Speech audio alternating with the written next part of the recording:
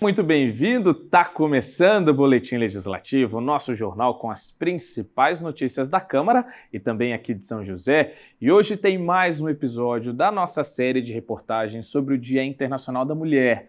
Vamos falar da diferença salarial entre homens e mulheres que continua mesmo com mudanças na legislação, Também vamos conversar com os universitários que utilizam o FIES. O governo lançou um programa para ajudar a amenizar as dívidas. Ainda tem detalhes de um projeto aprovado que vai criar na cidade um programa voltado para a proteção à intimidade. E é com esse tema que a gente abre o jornal de hoje. Casos de câmeras escondidas em quartos de hotéis, pousadas e apartamentos levantaram a necessidade de um programa de proteção à intimidade para os usuários que hospedam nesses espaços. Essa questão foi tema de um projeto aprovado, apresentado pelo vereador Robertinho da Padaria, que institui uma política municipal voltada para assegurar regras e cuidados na relação entre os clientes e as plataformas que oferecem hospedagem. Seja por turismo ou por negócios, São José dos Campos é o destino de muitas pessoas. De acordo com o Conselho Municipal de Turismo, a cidade tem 70 hotéis e o distrito de São Francisco Xavier, 30 pousadas. Empreendimentos que agora terão de ter um cuidado maior na instalação de câmeras e dispositivos de monitoramento. Um projeto de lei aprovado pela Câmara institui no município a Política Municipal de Proteção dos Direitos à Intimidade e Privacidade. A matéria, de autoria do vereador Robertinho da Padaria, proíbe a instalação de câmeras de vídeo e aparelhos de escuta dentro de quartos ou banheiros de hotéis, pousadas e outros tipos de hospedagens, ainda que com o propósito de segurança. Já temos casos aí, inclusive, que já saiu em rede nacional, essa questão de câmeras escondidas em áreas internas, né? Tipo quarto, até banheiros, né? Isso já aconteceu, teve matéria nacional. Então, nós achamos por melhor fazer um projeto de lei aqui na nossa cidade, né? Então, proibindo essa ação, né? É um projeto que ele vem de encontro, na verdade, proteger, né, a intimidade, a privacidade das pessoas, né? Os estabelecimentos que desrespeitarem a lei estão sujeitos a multa de R$ 10.000. A nova regra autoriza os locadores a usarem câmeras apenas em áreas comuns. Nesse caso, é obrigatória a sinalização para que os hóspedes estejam cientes que as imagens estão sendo captadas. Além disso, a medida determina que o empresário informe aos hóspedes por escrito sobre a existência das câmeras e indique, inclusive, onde elas estão instaladas. Caso essa comunicação não ocorra, a multa prevista é de R$ 5.000. As plataformas digitais de hospedagem também deverão veicular nos anúncios alerta claro e legível sobre a existência das câmeras, sob pena de pagamento de multa no valor de R$ 5.000. A lei entra em vigor no dia 16 de maio, prazo para que as empresas possam se adequar. A lei fala que as plataformas, elas já têm que colocar já no anúncio essa lei, dizendo que aqui existe uma lei que é proibido. As plataformas que faz essa divulgação aí dos imóveis dos proprietários já tem que estar lá divulgando que aqui existe essa lei, para que quando, né, as pessoas interessadas que for locar, já está sabendo que ela vai ter essa privacidade dela. E o dono também do estabelecimento, do imóvel, né, do apartamento lá, do imóvel dele, ele vai saber que se tiver esse tipo de situação de câmera escondida, ele vai ser penalizado, uma multa alta. As imagens registradas nas áreas sociais, como recepção, por exemplo, devem ser descartadas 48 horas após o encerramento da locação, a menos que seja necessária a utilização do material como prova de violação da lei ou do contrato. Especialista na Lei Geral de Proteção de Dados, essa advogada considera que a lei chega em um momento apropriado para proteger o consumidor. Isso aí é uma invasão de privacidade, né? É uma coleta de imagens, de áudios, sem a permissão. Então, em algumas legislações é considerado um crime de violação à privacidade. E se a gente fizer um comparativo com o que tem em outras jurisdições, em outras leis, Aqui na Câmara Municipal de São José, eles colocaram como uma infração, né, administrativa. Ela vai ser passível de multa. Em outras legislações, pode se responder como crime. A justificativa do projeto destaca que o incremento de atividades turísticas em São José impulsionou a exploração do mercado por meio de plataformas de hospedagens e ressalta que a falha na fiscalização dos imóveis por parte das empresas de aplicativo vem permitindo que pessoas ofereçam imóveis a terceiros com câmeras escondidas que captam visitantes em momentos de intimidade. Acontece muito de deixar esse tipo de coisa, câmeras na área interna, né? Então, o que a lei diz? A área interna proíbe e a área externa não, pode colocar, não tem problema, desde que também seja ali colocado aquelas plaquinhas avisando, né, que ali existem câmeras de monitoramento e tal, na área externa e não na área interna. A advogada explica que o consumidor precisa ficar atento e, ao perceber a presença de câmeras ou dispositivos diferentes dentro dos quartos, deve fazer a denúncia. Imediatamente reportar ao responsável do local, né, solicitar já, né, um esclarecimento, e aquilo não sendo plausível a justificativa, daí buscar os seus direitos, registrar um boletim de ocorrência, consultar um advogado, tomar as medidas cabíveis, mas imediatamente, né, chamar o gerente do local, o gestor, o administrativo, né, para que ele tome ciência, tire fotos, registre, né, documente essa situação. E finalizar a universidade com dívida ainda é uma realidade de muitos brasileiros e uma situação que compromete bastante a carreira profissional. Mesmo quem usa programas do governo como o FIES não escapa dessa realidade, e aqui no Brasil são mais de 1 milhão de brasileiros inadimplentes com o programa. Para quem está nessa condição, foi lançado o Desenrola FIES, que inclui descontos de até 99% da dívida. Foi nessa universidade particular de São José dos Campos que Eduardo concluiu o curso de jornalismo. Antes de começar a graduação, ele tentou entrar na universidade pública. Como não conseguiu, precisou recorrer ao FIES, o Fundo de Financiamento Estudantil. Acabou sendo uma saída da minha zona de conforto, porque eu queria faculdade pública. Eu tentei 6 anos a USP, o FIES foi a porta, foi a única forma. Né? Criado em 1999, o FIES é um programa do Ministério da Educação destinado a financiar a faculdade de alunos que não têm condições de arcar com as mensalidades. O estudante só começa a pagar depois do curso. Assim que concluiu a faculdade, Eduardo arrumou emprego e está com as parcelas do FIES em dia. Como ele não foi total, eu tive que já ir pagando uma parte enquanto eu estudava, enquanto eu cursava, eu estava lá pagando. Então, demanda um certo planejamento financeiro, porque do momento que você sai de um trabalho e o estágio ele não tem uma remuneração assim tão ok. Então, consumi uma boa parte ali do que eu conseguia estagiando com o FIES. Mas nem todos que optaram pelo financiamento tiveram a mesma sorte. De acordo com o MEC, cerca de 1.200.000 pessoas estão inadimplentes. O valor total da dívida chega a 55 bilhões de reais. Situação que motivou a criação do Desenrola FIES, programa de renegociação. O desemprego estava muito alto, ele não conseguiu emprego.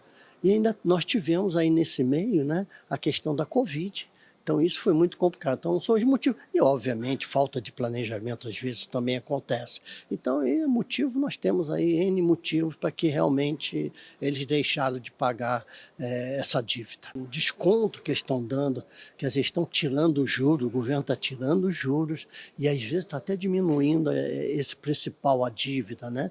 Então acho que todos têm que aproveitar isso aí. O programa oferece oportunidade de parcelamento para estudantes com débitos vencidos e não pagos até o dia 30 de junho de 2023. E os universitários foram divididos em 3 grupos diferentes.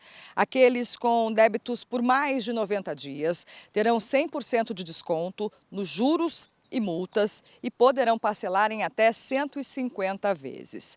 Já aqueles estudantes com débitos vencidos por mais de 360 dias e que são inscritos no CadÚnico ou receberam auxílio emergencial em 2021, terão 99% de desconto no valor consolidado da dívida e poderão parcelar em até 15 vezes. Os estudantes que também têm débitos vencidos por mais de 360 dias, mas que não estão inscritos no CadÚnico e nem receberam o auxílio emergencial em 2021, terão desconto de 77% no valor consolidado da dívida e também poderão parcelar em até 15 vezes. Primeiro que é sempre bom as pessoas que, seja o valor que for, está devendo, é importante ela negociar, renegociar, pagar essa dívida, porque esse dinheiro também ele vai girar para que outras pessoas possam participar do programa. Eu acho que isso aí é muito didático, é muito pedagógico, é importante, é sempre importante o Estado, dentro das suas condições, dar essa chance, e eu vejo também que qualquer tipo de renegociação, você está dando essa chance para o cidadão, dele acertar a sua vida e mais do que isso, a gente abrir novas oportunidades. Até o dia 19 de fevereiro, mais de 9 bilhões de reais em dívidas foram negociadas e cerca de 382 milhões de reais retornaram aos cofres públicos somente com a parcela de entrada. Tem que sair, tem que negociar e fazer da melhor maneira possível que ele possa quitar isso aí. Agora, é importante sair disso e depois não entrar mais. Isso é muito importante. Então, um planejamento tem que ser feito pelas pessoas. Não é? Então, o que você tem que fazer? Gastar somente aquilo que você recebe. Os estudantes interessados devem procurar uma agência da Caixa Econômica Federal ou do Banco do Brasil. Também é possível simular e até negociar de forma online, pelos aplicativos dos bancos. Eduardo tem conseguido pagar o financiamento, mas ele sabe que para muitos recém-formados, o Desenrola é a oportunidade de colocar a conta em dia. O jornalista reconhece também que sem o FIES, a trilha profissional seria mais estreita. Por mais difícil que o mercado de trabalho seja dentro da determinada área que você escolha, é muito difícil você conseguir um nível de renda que um trabalho com a graduação superior completa te dá. E eu sou realmente muito grato por todos, mesmo os precalços ali, tudo no meio do caminho, é uma possibilidade que eu realmente só consegui com a faculdade e com o FIES. E para quem está na luta por um emprego, poder começar a carreira livre de dívidas faz toda a diferença, né? E como a gente está falando de carreiras, vamos dar uma olhada no cenário do mercado de trabalho aqui em São José? Para quem está em busca de uma oportunidade, aqui na nossa agenda de serviços, a gente te apresenta quais são as vagas abertas na cidade. Olha só. O PAT, Posto de Atendimento ao Trabalhador de São José dos Campos, tem oportunidades de emprego para ajudante de cozinha, ajudante de serralheiro, assistente administrativo, auxiliar administrativo, auxiliar de escrituração fiscal, auxiliar de linha de produção, auxiliar de marceneiro, auxiliar de pessoal, babá, carpinteiro, chapista de lanchonete, chefe de departamento pessoal, cuidador de idosos, eletricista de instalações de veículos automotores, empregada doméstica, diarista, encarregado de bar e restaurante, funileiro de veículos, instalador, reparador de linhas e aparelhos de telecomunicações, lavador de veículos, maceiro, mecânico de motor a diesel, montador de móveis de madeira, motorista carreteiro, operador de cobrança, operador de máquina injetora de metais, operador de processo de produção, operador de telemarketing, pedreiro, pintor de automóveis, serralheiro, técnico eletrônico, trabalhador de fabricação de sorvete e vendedor interno. Ainda há vagas para pessoa com deficiência nos cargos de copeiro e operador de telemarketing. Para se candidatar é fácil, é só comparecer ao PAT, levando RG, CPF, carteira de trabalho e o cartão cidadão. O PAT fica na Praça Afonso Pena, número 175, no centro. E vamos trocar um pouquinho de assunto. Eu chamo agora o nosso quadro Pílulas de Saúde para te apresentar orientações importantes de como manter o bem-estar e prevenir doenças. São dicas fundamentais para buscar uma vida saudável. Olha só.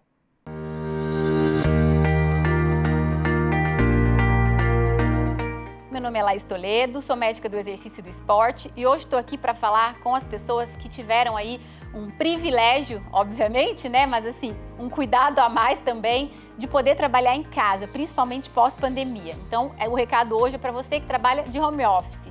Qual o cuidado que a gente tem que ter trabalhando em casa em relação ao sedentarismo? Então, a gente diz que hoje o sedentarismo, né, o sentar é o novo fumar para os seres humanos. Então, qual é a preocupação que você deve ter? Obviamente que ao levantar da cama, a gente já às vezes liga o computador e já senta numa escrivaninha. Então tenha uma rotina, né? Cria um hábito de você fazer uma caminhada antes de começar a sua rotina de trabalho. E a cada 1 a 2 horas, você levante da cadeira e você faça, nem que você desça alguns lances de escada, vá até a rua da sua casa ou até, né, a parte recreativa do seu condomínio, dê uma volta. Dá para você vincular alguns hábitos dentro do trabalho, por exemplo, atender telefones, fazer ligações para o chefe, a hábitos mais de deambulação, de você estar andando dentro do apartamento. Outra orientação importante é você talvez, se for possível, se você tiver condições, que você sente trabalhando, né, numa bola, por exemplo, em algo que gere alguma instabilidade para que você possa, nesse momento, estar contraindo alguma musculatura, não tão relaxado como aquelas cadeiras de escritório nos proporcionam. Por último, e uma dica legal também, é em alguns momentos você ter um balcão um pouco mais alto na sua casa para que em alguns momentos você trabalhe em pé. O fato de você ficar em pé, mesmo que você não esteja andando, isso já traz muito mais condicionamento e reduz muito o seu risco de sedentarismo em relação a você estar deitado e sentado. Então, essas são dicas importantes que você tem que trazer para o seu dia a dia. Que antigamente, dentro da empresa, por mais que você trabalhe, né, num cargo mais administrativo, você tinha, às vezes, reuniões, horário de almoço com colegas, ir até a mesa de alguém para conversar. Hoje você fica trancado dentro de um cômodo dentro da sua casa. Então tem esses cuidados que isso com certeza vai te ajudar a prevenir muitas doenças mentais e físicas e metabólicas, com certeza.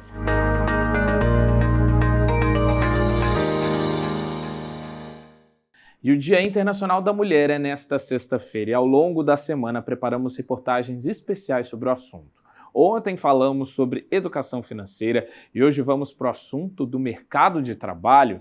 Mesmo com a lei que garante igualdade salarial, pesquisas recentes apontaram que a média de remuneração dos homens aumentou mais do que a das mulheres no país. Sinal de que continua sendo uma barreira difícil de superar a questão salarial para as mulheres.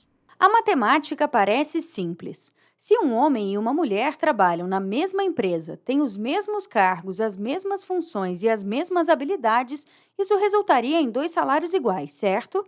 Em teoria, sim. Na prática, o cenário é outro. Infelizmente, ainda hoje, né, existe a desigualdade entre homens e mulheres no quesito salarial. Né? E aí a mulher ela enfrenta sim algumas dificuldades. Qual que é a maior causadora, né? Quando ela vai concorrer a alguma vaga no mercado, o que muitas empresas pensam? Um afastamento, licenças. Então assim acaba tendo às vezes uma preferência maior por homens em alguns cargos.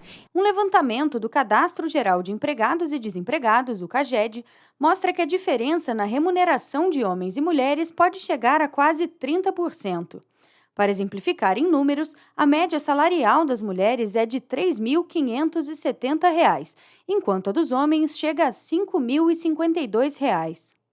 Segundo a especialista em recursos humanos Adriana Maciel, essa diferença pode ser explicada pelas barreiras encontradas por mulheres no mercado de trabalho. Hoje também já tem pesquisas que apontam que na área de educação, mulheres que querem dar aula de matérias de matemática, estatísticas e até tecnologia, elas estão fora. Realmente tem muito mais vagas para professor dessas disciplinas do que para mulheres. Uma das frentes de combate a essa desigualdade é a Lei número 14.611, que exige transparência salarial e critérios remuneratórios claros nas empresas. O principal objetivo dessa proposta é regulamentar uma determinação já existente da CLT sobre salários. A CLT, antes mesmo da entrada em vigor da nova lei de equiparação salarial entre homens e mulheres, já previa a equiparação entre funcionários que exercem a mesma jornada, ocupam a mesma função, desempenham o mesmo trabalho. Com a entrada em vigor da nova lei, agora nós temos uma legislação específica para equiparação de gênero. Antes a gente tinha equiparação de funcionários que exercem o mesmo cargo, a mesma função, mas isso não era específico com relação ao gênero da mulher, né?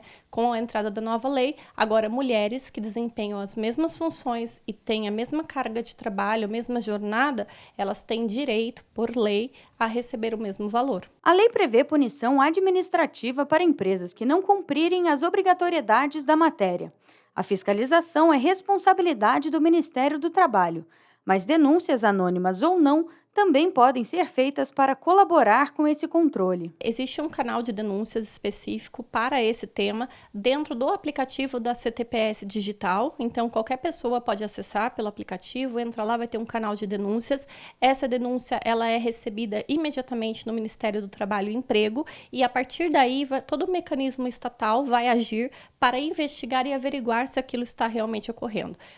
Tendo sido verificada e confirmada a denúncia, as implicações são as previstas em lei, a empresa será notificada, terá que desenvolver um plano de ação para equiparação salarial e aí todas as sanções previstas em lei. Adriana ressalta que a mudança deve proporcionar oportunidades igualitárias e permite que mulheres sejam contratadas ou até mesmo promovidas com mais transparência e reconhecimento. É realmente ter a valorização da mulher como trabalhadora, tá? E poder também assegurar os mesmos direitos, o mesmo salário e as mesmas condições, tá? Possibilitando que ela concorra, que ela possa, né, participar de processos para ter oportunidades iguais aos dos homens. Então, para nós, mulheres que estamos aqui vivenciando o dia a dia, a gente sabe que realmente ali não é fácil, mas pelo menos as empresas, né, a gente vê aí que vai ter uma lei que vai assegurar esses direitos. Por isso, a representatividade feminina no legislativo é fundamental. Dessa forma, a Câmara fica ainda mais próxima de questões que exigem atenção dos parlamentares,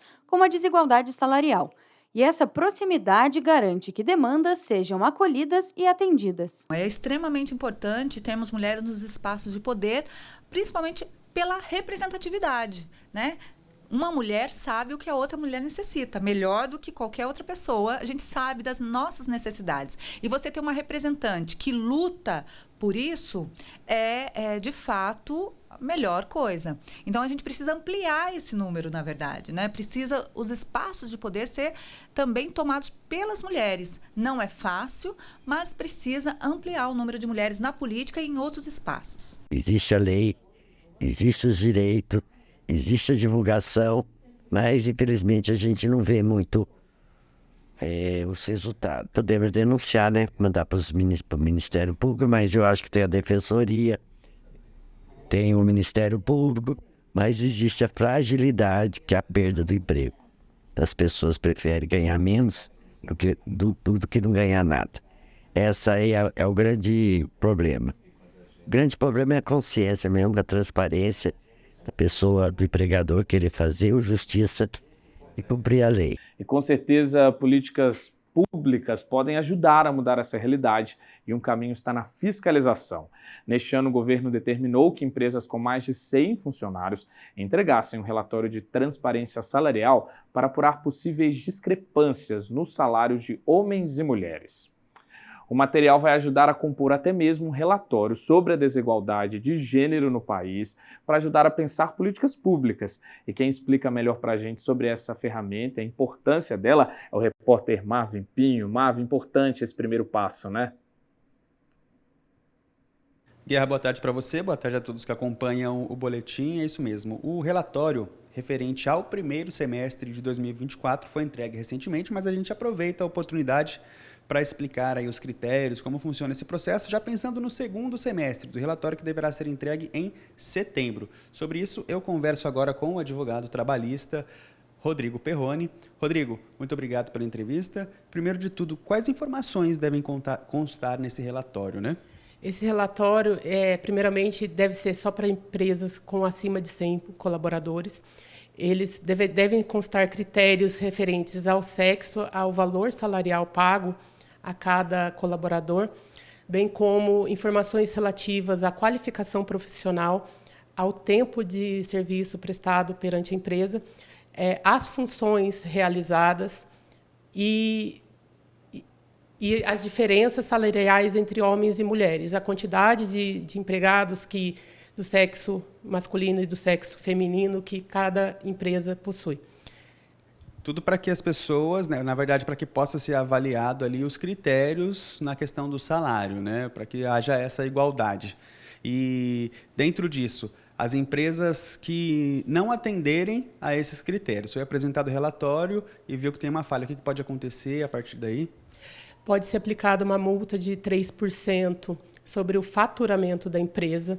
Essa multa também tem uma limitação de até 100 salários mínimos, que atualmente seria provavelmente até R$ 142 mil.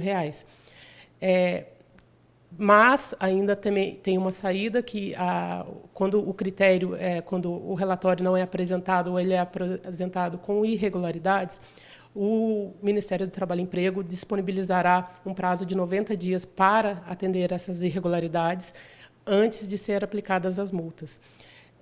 Caso sejam multas aplicadas e a regularização ocorra após esses 90 dias, a empresa deve contratar um advogado e ajuizar uma ação de revisão de multa por ter atendido fora do prazo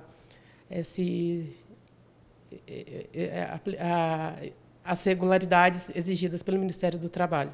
E a não apresentação do relatório também é entendida como uma irregularidade, é isso mesmo? Exatamente. A não apresentação do relatório, ela apresenta uma irregularidade e pode também permitir que o funcionário ajuize uma ação trabalhista, não só com base nessa nova lei, como também com base na equiparação salarial prevista na CLT, no artigo 462, que também prevê alguns critérios, não só de diferença de gênero, e nessa ação, além dos valores exigidos de diferenças salariais, também poderá ser exigidos danos morais por conta da discriminação de gênero.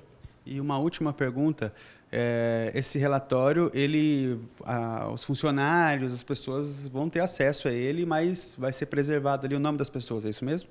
Exatamente. As únicas informações que serão disponibilizadas ao público serão as porcentagens de contratação. O colaborador não vai ser exposto nesse relatório.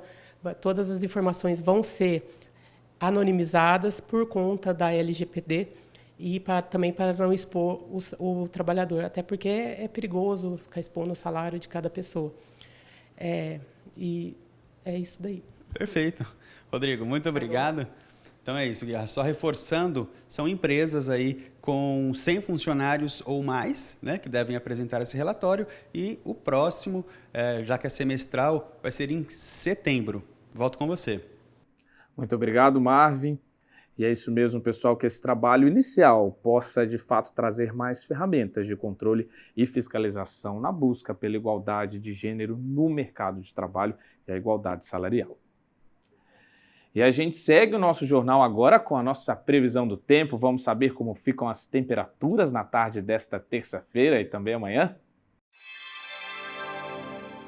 Terça-feira de sol com nuvens e grande possibilidade de chuva. A temperatura máxima esperada é de 33 graus e a mínima de 20. Amanhã, quarta-feira, o dia alterna períodos de sol e céu nublado. Pode chover a qualquer momento. A máxima prevista é de 28 graus e a mínima de 22. E é isso, pessoal. Chegou ao fim o nosso boletim. Tenham todos uma ótima terça e a gente volta a se encontrar amanhã. Aproveita e anota aí as nossas redes sociais. O Instagram, o Facebook e o YouTube da TV Câmara tem o mesmo endereço, @TV Câmara SJC. Não esquece que logo mais tem sessão aqui na Câmara com transmissão ao vivo a partir das 4 horas da tarde. Até amanhã!